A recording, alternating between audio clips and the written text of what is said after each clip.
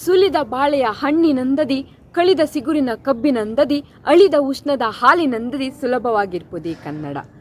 ನಮಸ್ತೆ ಎಲ್ಲರಿಗೂ. ನಾನು ಕಾವ್ಯ ಗೌಡ, ಮೂಲತಃ ಮಂಡ್ಯ ಜಿಲ್ಲೆ ನಾಗಮಂಗಲ ತಾಲೂಕು ಬೈರನಹಳ್ಳಿ ಗ್ರಾಮದವಳು. ಪ್ರಸ್ತುತ ಬೆಂಗಳೂರು ವಿಶ್ವವಿದ್ಯಾನಿಲಯದಲ್ಲಿ MBA ವ್ಯಾಸಂಗ ಮಾಡ್ತಾ ಇದ್ದೇನೆ. ಕನ್ನಡ ಎನೆ ಕುಣಿದಾಡುವುದೆನ್ನದೆ ಕನ್ನಡ ಎನೆ ಕಿವಿನುಮಿರುವುದು. ಕನ್ನಡದಲ್ಲಿ ಹರಿ ಬರಿತಾನೆ, ಕನ್ನಡದಲ್ಲಿ ದೇವರನ್ನ ಪ್ರಾರ್ಥನೆ ಮಾಡಿದರೆ ಸಾಕ್ಷಾತ್ ಶಿವ ನಮ್ಮನ್ನು ಸಲಹುತ್ತಾನೆ ಎಂದು. ಕನ್ನಡ ಭಾಷೆಗೆ ಸುಮಾರು 2000ದಿಂದ 2500 ವರ್ಷಗಳಷ್ಟು ಭವ್ಯ ಇತಿಹಾಸವಿದೆ.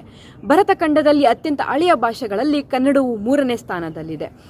ಈ ನಮ್ಮ ಕನ್ನಡ ಇತಿಹಾಸದ ಕುರಿತು ಕುವೆಂಪು ಅವರೊಂದು ಮಾತು ಹೇಳ್ತಾರೆ. ಶೇಕ್ಸ್ಪಿಯರ್ ಮಹಾಕವಿ ಹುಟ್ಟುವುದಕ್ಕೆ 600 ವರ್ಷಗಳ ಮುನ್ನವೇ ಮಹಾಕವಿ ಪಂಪ ಜನಿಸಿದ್ದನು ಎಂಬುದನ್ನು ನೆನೆದರೆ ನಿಮಗೆ ಕನ್ನಡ ಸಾಹಿತ್ಯದ ಹಿರಿಮೆ ಗರಿಮೆಗಳ ಸ್ವರೂಪ ಇನಿತಾದರೂ ಮನಗೋಚರವಾಗಬಹುದು ಎಂದು. ಇಂತಹ ಕನ್ನಡದ ಲಿಪಿಯನ್ನು ಆಚಾರ್ಯ ವಿನೋಬ ಭಾವೆಯವರು ಕನ್ನಡ ವಿಶ್ವ ಲಿಪಿಗಳ ರಾಣಿ ಅಂತ ಹೇಳ್ತಾರೆ. ಶ್ರೀವಿಜಯ ಕವಿರಾಜ ಮಾರ್ಗದಲ್ಲಿ ಬಣ್ಣಿಸ್ತಾನೆ, ಕುರಿತೋದಯಂ ಕಾವ್ಯ ಪ್ರಯೋಗ ಪರಿಣತಿಮತಿಗಳ್ ಅಂತ. ಅಂದರೆ ಕನ್ನಡಿಗರು ಕುರಿತು ಓದದೆಯೂ ಸಹ ಸಾಹಿತ್ಯವನ್ನು ಬರೆಯುವಷ್ಟು ಪರಿಣತಿಗಳಾಗಿದ್ರು ಅಂತ.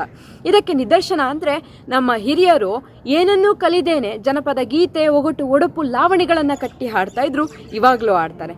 ಅಷ್ಟೇ ಅಲ್ಲದೆ ಛಂದಶಾಸ್ತ್ರದ ನಿಯಮದಂತೆ ಮಹಾನ್ ಕವಿಗಳು ಕನ್ನಡದಲ್ಲಿ ಅದ್ಭುತ ಕಾವ್ಯಗಳನ್ನು ರಚಿಸಿದ್ದಾರೆ.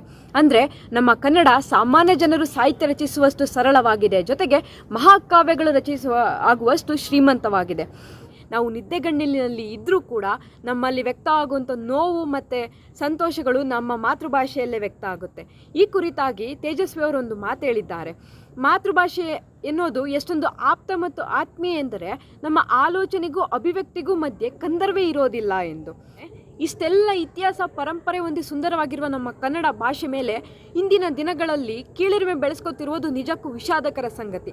ಅದರಲ್ಲೂ ಇಂದಿನ ಪೋಷಕರು ತಮ್ಮ ಮಕ್ಕಳು ಎಲ್ಲಿ ಕನ್ನಡ ಭಾಷೆಯನ್ನು ಕಲಿತರೆ, ಕನ್ನಡ ಭಾಷೆಯನ್ನು ಮಾತನಾಡಿದರೆ ಹಿಂದುಳಿದು ಬಿಡ್ತಾರೋ ಎಂಬ ಕೀಳಿರಿಮೆಯನ್ನು ಬೆಳೆಸ್ಕೊತಿದ್ದಾರೆ. ಜೊತೆಗೆ ಮಕ್ಕಳಲ್ಲೂ ಕನ್ನಡ ಭಾಷೆಯ ಬಗ್ಗೆ ಕೀಳಿರಿಮೆಯನ್ನು ಮೂಡಿಸ್ತಾ ಇದ್ದಾರೆ. ಕನ್ನಡ ಭಾಷೆಯನ್ನೇ ಕಲಿಯೋದಕ್ಕೆ ಬಿಡ್ತಾ ಇಲ್ಲ. ಅಲ್ರಿ, ಕನ್ನಡ ನಾಡಲ್ಲಿ ಇತ್ಕೊಂಡು ಕನ್ನಡ ಭಾಷೆನ ಬರೆಯೋದಕ್ಕೆ ಓದೋದಕ್ಕೆ ಕಲಿಸಿಲ್ಲ ಅಂದರೆ ಎಷ್ಟು ನಾಚಿಕೆಗೇಡಿನ ಸಂಗತಿ.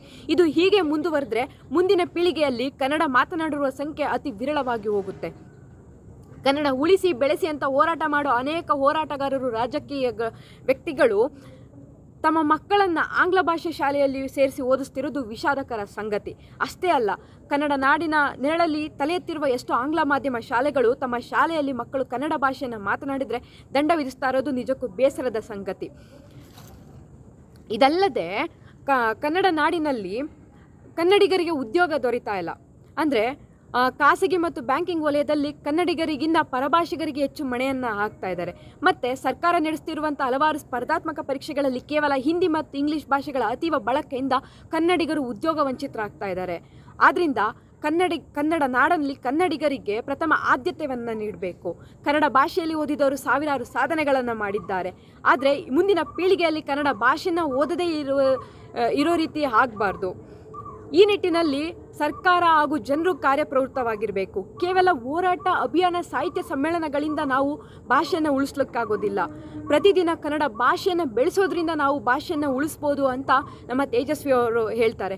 100 ಭಾಷೆ ನಾಲಿಗೆಯಲ್ಲಿರಲಿ, ಕನ್ನಡ ಭಾಷೆ ಎದೆಯಲ್ಲಿರಲಿ. ಯಾಕಂದರೆ ನಾವು ಒಂದು ಭಾಷೆಯ ಜೊತೆ ಬದುಕ್ತಾ ಇದ್ದೀವಿ. ಆ ಭಾಷೆಯಲ್ಲಿ ಒಂದು ಸಂಸ್ಕೃತಿಯನ್ನು ಕಟ್ಕೊಂಡಿದ್ದೀವಿ. ಎಲ್ಲಾದರೂ ಇರು, ಎಂತಾದರೂ ಇರು, ಎಂದಿಗೂ ನೀ ಕನ್ನಡವಾಗಿರು, ಕನ್ನಡ ಗೋವಿನ ಓ ಮುದ್ದುಕರು ಅಂತ ಹೇಳ್ತಾ ನಾನೊಂದೆರಡು ಮಾತುಗಳನ್ನು ಮುಗಿಸ್ತಾ ಇದ್ದೇನೆ. ಧನ್ಯವಾದಗಳು. ಜೈ ಹಿಂದ್, ಜೈ ಕರ್ನಾಟಕ ಮಾತೆ.